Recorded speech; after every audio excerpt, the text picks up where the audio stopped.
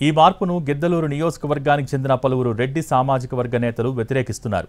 ఈసారి గిద్దలూరు సీటును లోకల్ అభ్యర్థికి ఇవ్వాలని గట్టిగా డిమాండ్ చేస్తున్నారు. కుందూరు నాగార్జున రెడ్డి సోదరుడు కృష్ణమోహన్ రెడ్డిపై పలు ఆరోపణలు ఉన్న విషయాన్ని గుర్తు చేస్తున్నారు.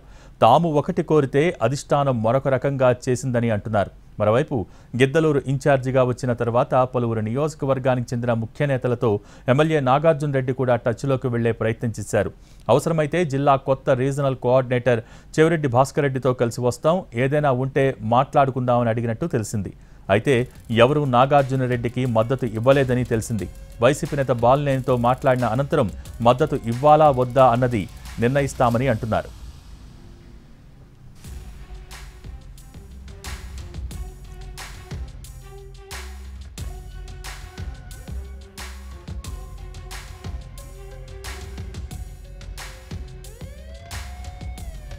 ఇదే క్రమంలో టీడీపీ మాజీ ఎమ్మెల్యే ముత్తుముల అశోక్ రెడ్డి లోకల్ నినాదాన్ని తీసుకొచ్చారు. ఆయన ఏ కార్యక్రమానికి వెళ్లినా స్థానికుడినైన తనకు మద్దతు ఇవ్వాలంటూ ప్రచారాన్ని ముమ్మరం చేశారు. లోకల్ నినాదం ఈ స్థాయిలో ఉంటే వైసీపీ అభ్యర్థి గెలుపు కష్టమన్న అభిప్రాయాలు వ్యక్తమవుతున్నాయి. మరి వైసీపీ అధిష్టానం లోకల్ పాలిటిక్స్కు ఎలాంటి పరిష్కారం చూపిస్తుందో చూడాలి.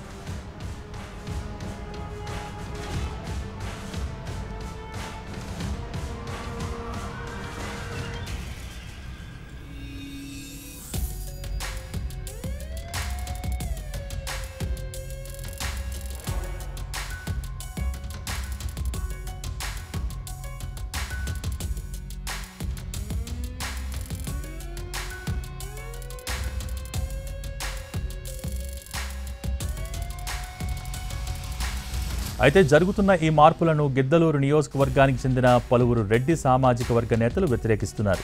ఈసారి గిద్దలూరు సీటును లోకల్ అభ్యర్థికి ఇవ్వాలని గట్టిగా డిమాండ్ చేస్తున్నారు. కుందూరు నాగార్జున రెడ్డి సోదరుడు కృష్ణమోహన్ రెడ్డిపై పలు ఆరోపణలు ఉన్న విషయాన్ని గుర్తు చేస్తున్నారు. తాము ఒకటి కోరితే అధిష్టానం మరొక రకంగా చేసిందంటున్నారు. మరోవైపు గిద్దలూరు ఇన్ఛార్జిగా వచ్చిన తర్వాత పలువురు నియోజకవర్గానికి చెందిన ముఖ్య నేతలతో ఎమ్మెల్యే నాగార్జున రెడ్డి కూడా టచ్లోకి వెళ్లే ప్రయత్నం చేశారు.